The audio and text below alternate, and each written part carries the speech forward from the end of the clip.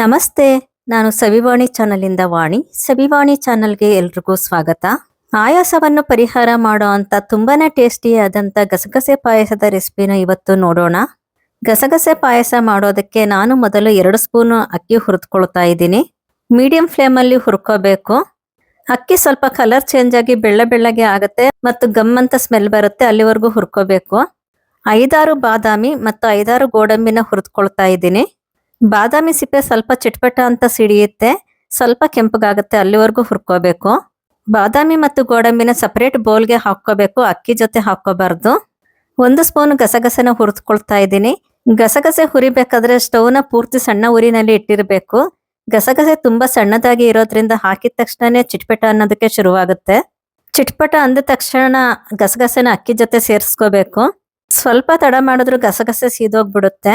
ಸೀದೋಗದೆ ಇರೋ ತರ ನೋಡ್ಕೋಬೇಕು. ನಾನಿಲ್ಲಿ ಗಸಗಸೆ ಅಕ್ಕಿ ಎಲ್ಲಾನು ಸಪರೇಟ್ ಆಗಿ ಹುರಿದುಕೊಳ್ತಾ ಇದ್ದೀನಿ. ಒಟ್ಟಿಗೆ ಹುರಿದುಕೊಂಡ್ರೆ ಗಸಗಸೆ ಸಣ್ಣದಾಗಿರುತ್ತೆ ಮತ್ತೆ ಅಕ್ಕಿ ಸ್ವಲ್ಪ ದೊಡ್ಡದಾಗಿರುತ್ತೆ. ಮತ್ತು ಗೋಡಂಬಿ ಬಾದಾಮಿ ಇನ್ನ ದಪ್ಪದಾಗಿ ಇರೋದ್ರಿಂದ ಒಂದು ಪದಾರ್ಥ ಸೀದೋಗ್ಬಿಡುತ್ತೆ ಮತ್ತೆ ಇನ್ನೊಂದು ಪದಾರ್ಥ ಹುರಿದೇ ಇರಲ್ಲ. ಅದರಿಂದ ಇದೇ ತರ ಸಪರೇಟ್ ಆಗಿ ಹುರ್ಕೋಬೇಕು. ಒಂದು ದಪ್ಪ ತಳದ ಪಾತ್ರೆಗೆ 1 ಬಟ್ಟಲು ಬೆಲ್ಲ ಸೇರಿಸ್ಕೊಳ್ತಾ ಇದ್ದೀನಿ. ಬೆಲ್ಲ ಪೂರ್ತಿ ಮುಳುಗುವಷ್ಟು ನೀರು ಸೇರಿಸ್ಕೊಳ್ತಾ ಇದ್ದೀನಿ. ಸ್ಟವ್ನ ಮೀಡಿಯಂ ಫ್ಲೇಮಲ್ಲಿ ಇಟ್ಟು ಬೆಲ್ಲ ಕರಗೋವರೆಗೂ ಬಿಡಬೇಕು.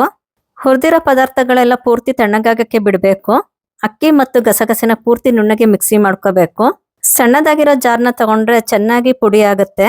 ಅಕ್ಕಿ ಮತ್ತು ಗಸಗಸೆ ನುಣ್ಣಗೆ ಆದ್ಮೇಲೆ ಅದಕ್ಕೆ ಗೋಡಂಬಿ ಮತ್ತೆ ಬಾದಾಮಿನ ಸೇರಿಸ್ಕೊಳ್ತಾ ಇದ್ದೀನಿ. 2 ಏಲಕ್ಕಿನ ಸೇರಿಸ್ಕೊಳ್ತಾ ಇದ್ದೀನಿ. ಈ ಮಿಕ್ಸ್ನ ಎಷ್ಟು ಸಾಧ್ಯನೋ ಅಷ್ಟು ಪೂರ್ತಿ ನುಣ್ಣಗೆ ಪೌಡರ್ ಮಾಡ್ಕೋಬೇಕು.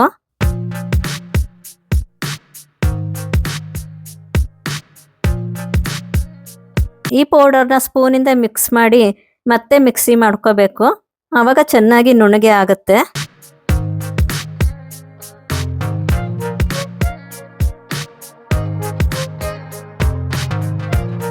ಮಿಕ್ಸಿ ಮಾಡ್ಕೊಂಡಂತ ಪೌಡರ್ನ ಒಂದು ಬೌಲ್ಗೆ ಹಾಕೊಂಡಿದ್ದೀನಿ. ಬೆಲ್ಲ 1 ಬಟ್ಟಲು ತಗೊಂಡಿದ್ದೆ. ತೆಂಗಿನಕಾಯಿ ಚೂರುಗಳನ್ನ 1 ಬಟ್ಟಲು ಹಾಕೊಂಡಿದ್ದೀನಿ.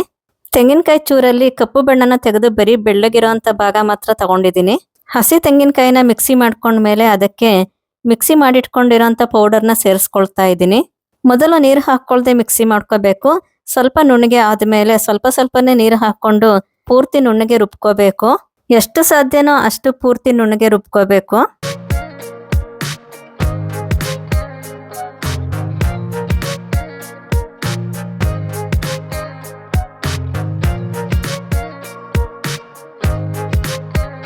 ಕರಗಿರೋ ಅಂತ ಬೆಲ್ಲನ ಶೋಧಿಸ್ಕೊಂಡು ಪಾತ್ರೆಗೆ ಹಾಕೊಳ್ತಾ ಇದ್ದೀನಿ. ಬೆಲ್ಲ ಕುದಿಯಕ್ಕೆ ಶುರುವಾದಾಗ ರುಬ್ಬಿಟ್ಕೊಂಡಿರೋ ಅಂತ ತೆಂಗಿನಕಾಯಿ ಮಿಕ್ಸ್ನ ಹಾಕೋಬೇಕು. ಮಿಕ್ಸಿ ಜಾರ್ಗೆ ಸ್ವಲ್ಪ ನೀರು ಸೇರಿಸ್ಕೊಂಡು ಮಿಕ್ಸಿಯಲ್ಲಿ ಉಳಿದಿರೋ ಅಂತ ತೆಂಗಿನಕಾಯಿ ಮಿಕ್ಸ್ನೆಲ್ಲ ಬೆಲ್ಲಕ್ಕೆ ಸೇರಿಸ್ಕೋಬೇಕು. ಆದಷ್ಟು ದಪ್ಪ ತಳದ ಪಾತ್ರೆನ ತಗೋಬೇಕು.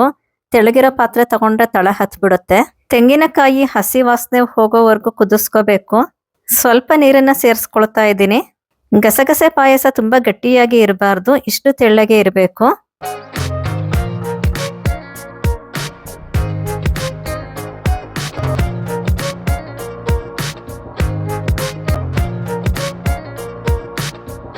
ಗಸಗಸೆ ಪಾಯಸಕ್ಕೆ ತುಪ್ಪ ಮತ್ತು ದ್ರಾಕ್ಷಿ ಗೋಡಂಬಿಯ ಅವಶ್ಯಕತೆ ಇಲ್ಲ. ಚಳಿಗಾಲದಲ್ಲಾದ್ರೆ ಬಿಸಿ ಬಿಸಿಯಾಗಿ ಕುಡಿಬಹುದು.